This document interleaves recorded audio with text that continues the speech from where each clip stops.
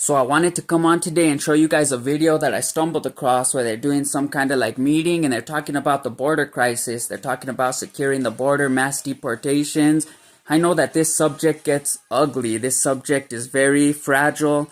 A lot of people's feelings get hurt, but I want to speak on it. But first, let me show you this video. It needs to be said because you just a month ago said at the turn of the century, Jim Crow was legal. Lynchings were at their highest level in the U.S. history. Women couldn't vote. The infant mortality rate was 165 per 1,000, and the average life expectancy was 47. And we also had quasi-open borders. That part wasn't bad. So let me tell you what I tell everyone who comes in this room and has the polarizing testimony, sir, that you have had. You're a part of the problem. I'm a part of a group of people here who have said, as the president did, incidentally, on Sunday, he believes there should be a path for dreamers. We're demonizing President Trump for something he may or may not do. But he has said to his Republican base, he believes that there should be certainty for dreamers.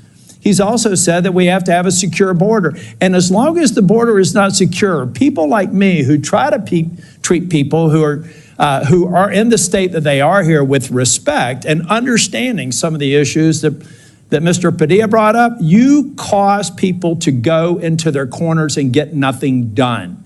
That is why Chair Durbin has not been able to fulfill the promise on dreamers every single year he's tried for the last 20, because people like you make it impossible to have let me finish and then I'll let you speak as long as the chair wants to, have a rational discussion about it.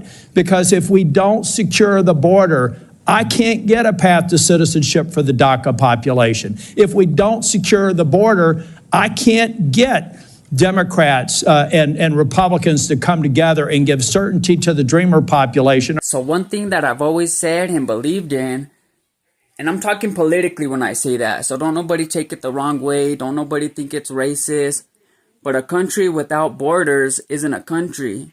A country without laws isn't a country, so we need to enforce those laws. Now, I know that sounds like something a cop would say. I'm not a cop, I'm just a patriot. I'm speaking about this on a national political level. I'm from New Mexico. I live in Santa Fe. This is a border state, and Santa Fe, New Mexico is actually a sanctuary city. Sanctuary cities are feeling the worst of this mass immigration. Now, there's a difference between legal immigration and illegal immigration. People that break in and sneak into the country, they did it illegally, right? If I were to break into your house, wouldn't you want me kicked out and arrested? If I touched your stuff, took your daughter and kidnapped her, wouldn't you think that I was a monster? And the reason I'm saying this is because I know not all immigrants are like this. But this happens a lot due to what Kamala Harris and Joe Biden did by opening up the borders and letting them all come in. So what they did is they all came in, and then they put them on a bunch of buses and sent them to these sanctuary cities like Chicago, Denver, Santa Fe, New Mexico. And the places like these,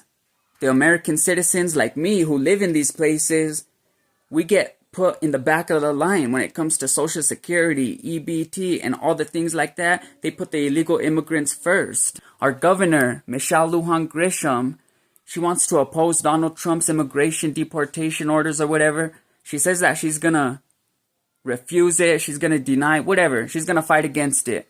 Listen, all that's gonna do is take away the federal funding for New Mexico. That's gonna hurt us as people. So now we get to see who she cares about more. Does she care about New Mexicans, us, the people that are from here, or does she care about the illegal immigrants that came in these last 4 years? Well, now she'll have a chance to prove it, and we'll see where her heart's at. I used to support Michelle Lujan Grisham because I like the way she likes to preserve New Mexico history. She reps New Mexico hard, so I used to like her. But now that I'm seeing all the stuff she's doing, she's one of those Democrats that's way to the left, and she don't care about us. We're American citizens. We're New Mexico citizens. But instead, she cares about these newcomers that ain't from here. Now, it's okay to come here from a different country. I'm not saying immigration is a bad thing. Our ancestors were immigrants. Everybody that's here besides the Native Americans, their ancestors were immigrants. But I'm talking about the right here and the right now. So there's a bunch of illegal immigrants that are here, that are just doing crimes, raping women, stealing shit, breaking into people's houses, taking over apartment complexes. Though the news tries to deny it, they are taking over complexes in Colorado. They're like, oh, it's only been a handful. It's okay. A handful? Serio? One apartment complex should have been enough for the National Guard to go and handle that. But instead, they let it happen. And the Democrat mayors and governors are supporting this. Then, there's immigrants that came here illegally to find refuge. But they're working. They're working hard every day in construction, as teachers, as whatever they're working at. They're working. They're buying groceries. They're paying bills. And as long as they save their receipts and show that they've been paying taxes and, you know, living as a regular American citizen, then Donald Trump is going to give them a pathway to citizenship. He's not going to deport them. He's going to let them stay until they get their documentation. He's already spoken on this. And the dreamers, these are the ones that were born here, but their parents came from different countries. Nothing's going to happen to them either. You are American citizens now, and if you're not documented for whatever reason, I don't know how that works, then you will be. Now, when they talked about separating families, the new border czar, Tom Homan, said how he would handle it. He said the immigrants that already got their deportation orders in the mail are the first to go, plus the ones who are criminals before they came or have committed a crime after they came. Those are the ones he's going after.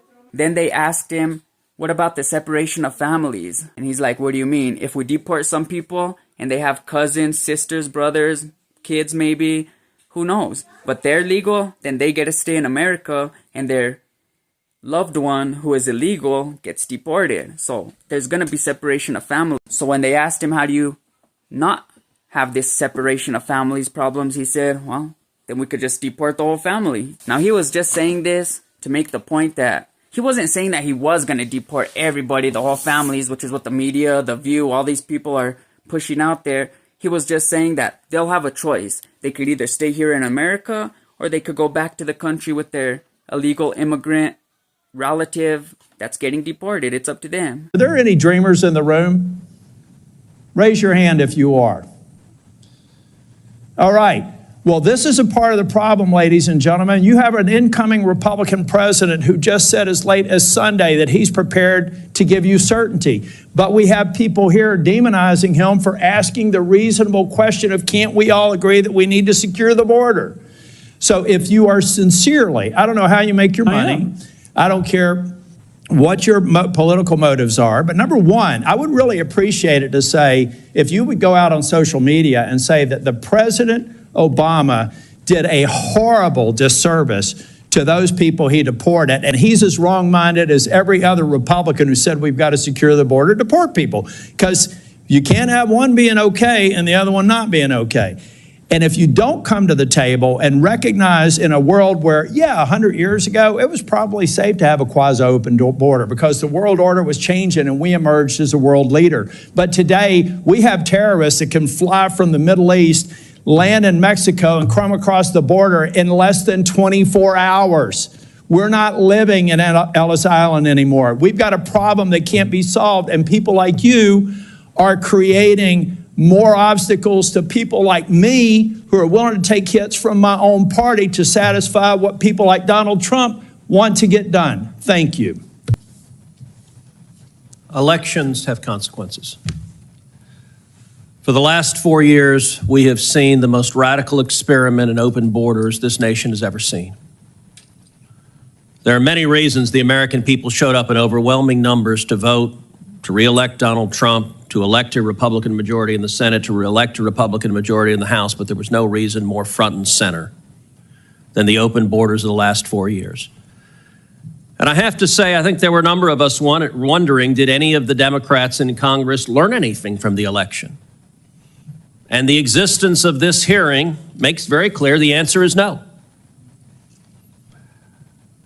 We've seen 12 million people come into this country illegally under Joe Biden and Kamala Harris. Every single day, we have seen Americans murdered. We have seen women raped. We have seen children brutalized by criminal illegal aliens released deliberately by Joe Biden and Kamala Harris. The numbers are staggering.